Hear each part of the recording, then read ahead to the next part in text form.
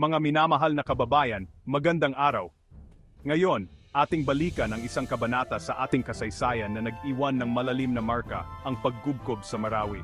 Mahigit 7 taon na ang nakalipas ng salakayin ng mga militanteng may kaugnayan sa ISIL ang ating lungsod. Tapang na ipinagtanggol ng ating mga sundalo ang ating kalayaan at kapayapaan, hindi alintana ang kanilang sariling buhay.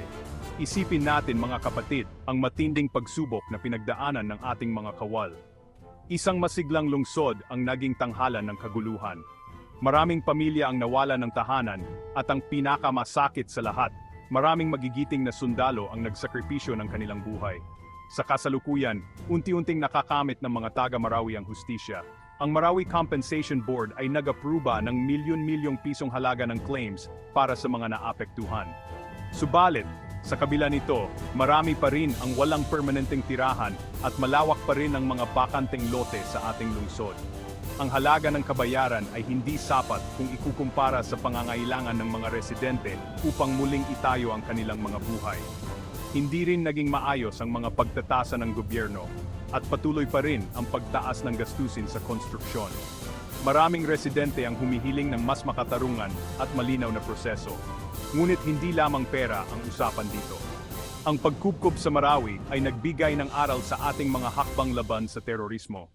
Kailangan nating yakapin ang isang komprehensibong pamamaraan, hindi lamang puro operasyong militar. Mahalaga rin ang pakikipag-ugnayan sa komunidad at ang pagsugpo sa katiwalian.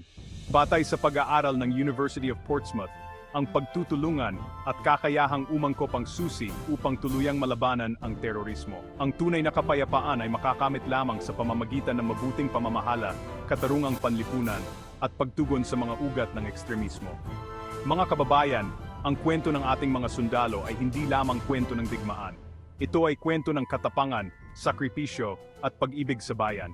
Huwag nating kalimutan ang kanilang mga kabayanihan.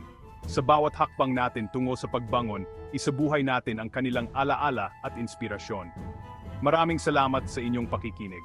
Hanggang sa muli, mga minamahal na kababayan,